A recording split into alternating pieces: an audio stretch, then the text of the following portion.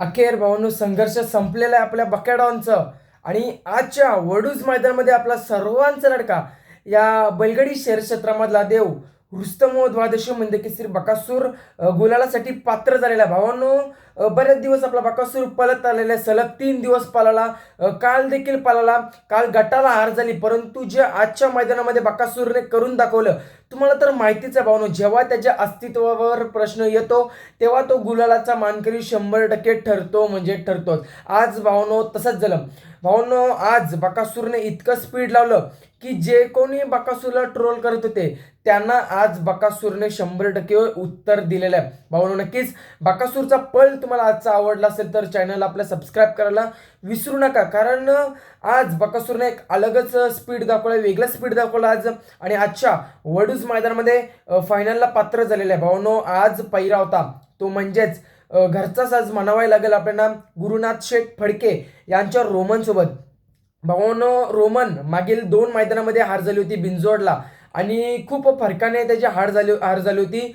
तरी सुद्धा आजच्या मैदानामध्ये भावांनो दोघांनी सिद्ध करून दाखवलं. आजच्या मैदानामध्ये घरचा साज म्हणजेच भावांनो सर्जा दादा आणि आपला सर्वांचा लडका या बैलगाडी शर्यत क्षेत्रामधला देव रुस्तम व द्वादश म्हणजे की बकासूर फायनलसाठी पात्र झाला.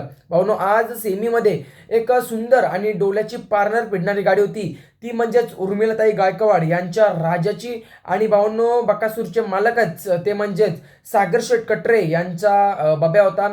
आणि भावांनो चांगली लढत आपल्याला सेमीला बघायला मिळाली. सेमी सुटायला थोडा वेळ गेला भावांनो, कारण दोन्ही बैल उभेच नव्हते राहत, त्यामुळे भावांनो सेमी सुटायला वेळ झाला. परंतु आपल्या बकासूरने आज सिद्ध करून दाखवलेलं आणि आजच्या मैदानामध्ये फायनलसाठी पात्र झालेले आहेत. तर भावांनो तुम्हाला व्हिडिओ आवडले असेल तर चॅनलला सबस्क्राईब नक्कीच करा. आज जे वडूजचं मैदान आहे या मैदानामध्ये बकासूर किती नंबर करेल ते कमेंट करून नक्कीच सांगा भावांनो. मला तर वाटते आज 1 नंबर करेलच, कारण स्पीड देखील चांगला लागले बकासूरच्या गाडीला, फक्त आज नशिबाने साथ दिली पाहिजे. तर नक्कीच 1 नंबर आपलाच असेल भावांनो. आज गुलाल तर भेटलेलाच आपला बकासूरला, बरेच दिवस संघर्ष करत होता गुलालासाठी आणि आज तो संघर्ष संपलेला आहे आणि आज आपल्या बकासूरला गुलाल भेटलेला आहे. तर नक्कीच भावांनो खूपच चांगलं वाटत आहे आज बकासूरला गुलाल भेटलाय. तसंच रोमन दादाला देखील गुलाल भेटला भावांनो, कारण बरेच जणांची इच्छा होती की हा जोड पलावा आणि आजच्या मैदानामध्ये हा जोड पलाला आणि आजच्या मैदानामध्ये फायनलसाठी पात्र झाले. तर भावांनो व्हिडिओ आवडले असेल तर चॅनलला सबस्क्राईब करा. दोघांना गुलाल भेटलेला आज. धन्यवाद भावांनो.